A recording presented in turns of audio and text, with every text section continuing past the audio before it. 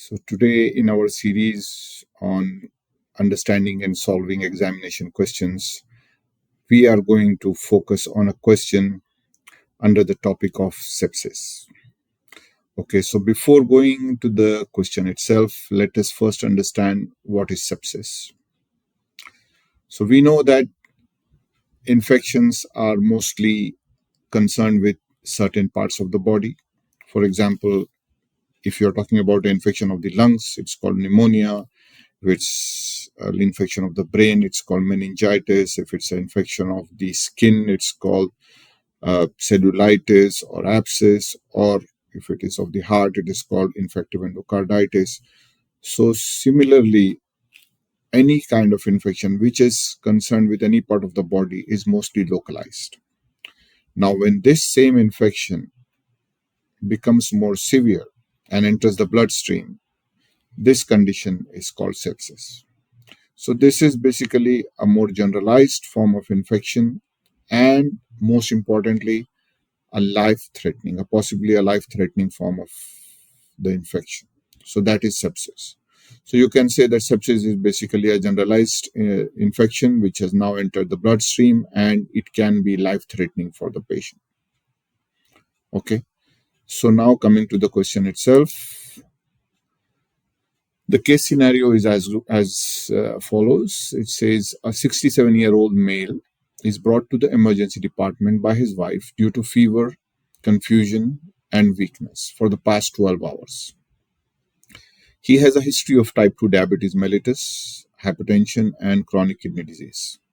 His medications include metformin, lisinopril, and aspirin. Okay. So let us first focus on this part where they are talking about the symptoms, his previous history, and his medications. So symptoms are patient is having fever, he's confused, and he's having severe weakness. Okay. So this is basically for the past 12 hours. So it's not a very long duration problem. So it is mostly an acute problem which has developed over a period of 12 hours. And in his past history, he has type 2 diabetes mellitus, he has hypertension, and he has chronic kidney disease. And his medications include metformin for the diabetes, lisinopril for the hypertension, and aspirin, which is, as we know, blood thinner. It's an antiplatelet agent, and this is meant mostly for the prevention of stroke. So this is his past history and medication. Now, what are the signs? On examination, the patient is febrile. He's having 1 or 2 degrees Fahrenheit temperature. Tachycardic, his heart rate is 115. And hypotensive, he's having 85/50 blood pressure, and he's tachypneic. Okay, his oxygen saturation is 95% on room air. He appears lethargic but follows simple commands. Skin examination reveals erythema, swelling, and warmth of the right lower extremity with an ulcer on the dorsum of the foot. Okay, so now let us stop here before going to the lab findings. So the patient is febrile. He's having 1 or 2 degrees Fahrenheit. So this is the first sign that the patient is having an infection. Okay. Then he's tachycardic. Of course, tachycardia is associated with a high temperature. So he is having a heart rate of 115. Then he's hypotensive. Now, this is something that we'll come to in the end. So let us focus on the next point, which is the tachypnea. He's tachypneic. So his respiratory rate, which is usually in the range of 16 to 18 per minute, is now increased to 22 per minute. And his oxygen saturation is 95%, which is not a big concern because it is okay. It's not too bad. 95% on room air. He appears lethargic, but follows simple commands. That means he is confused, but he's not so confused as to be in a coma or unconscious. He is able to follow simple commands. Then skin examination reveals erythema, swelling, and warmth of the right lower extremity with an ulcer on the dorsum of the foot. Now remember, this patient has diabetes mellitus and he is a candidate for developing these foot ulcers. And here there is not only the foot ulcer is there, but also there is a right lower extremity erythema and swelling and warmth, which is an indication of cellulitis. So the patient's ulcer has now progressed to a state of cellulitis. And coming back to our signs, the most important thing in this is the hypotension, as we said. So hypotension, that is 85/50. Okay. So when you associate this sign of hypotension along with the other signs, which is fever, tachypnea, tachycardia, and erythema, swelling, and warmth of the right lower extremity, our conclusion should go directly to sepsis. Because in the presence of sepsis, the patient is usually presents with the given scenario. So in sepsis, what happens is because of the bloodstream infection, the patient may get worsened and then he may have the low blood pressure, which is a sign here, present here, which is hypotension. And now let us go to the lab findings. Lab findings, the WBC count is 18,500, which is classic finding of infection, where he's having neutrophilia, 85%, which is indicative of probably a bacterial infection. So he has a raised WBC count, indicative of infection, along with neutrophilia, indicative of a bacterial infection. Lactate, which is usually less than 2, it is also raised to 4.2. So lactate is another sign of sepsis.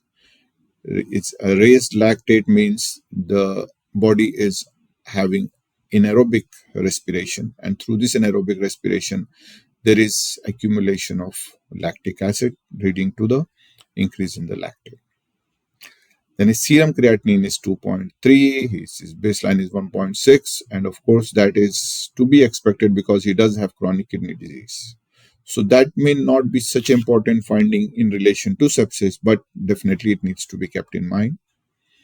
And blood glucose is 250 milligram per deciliter. And this may be the reason for the starting of all these symptoms, because his blood pressure, his blood glucose is not properly controlled. And because of this, he may have developed that ulcer, and then he may have developed the cellulitis and sepsis. Okay, so his urinalysis is negative for nitrites. And blood cultures, we don't have the blood cultures yet. The blood cultures are still pending. Okay, so having this picture in mind now, let us go to the question itself. So the question is very simple. What is the most appropriate next step in management? Okay, so what is the most appropriate next step in management? So number one is the administer IV fluids and broad spectrum antibiotics. B is start vasopressors immediately. C is perform surgical debridement of the infected ulcer. D is order a CT scan of the abdomen and pelvis. And E is give IV corticosteroids. Now, the answer here is A, which is administer IV fluids and broad spectrum antibiotics. So to answer such a question, the first thing you should have in mind is that you have to think simply. You don't have to think in a complex way. So don't go for the more serious or the more complicated stuff. First, go for the simple stuff. And then second is we have to address the worst symptom first. So what is the worst symptom here? The worst symptom is the low blood pressure, which is 85/50. And this can be life-threatening. This can actually kill the patient. So we say that we have to address this first.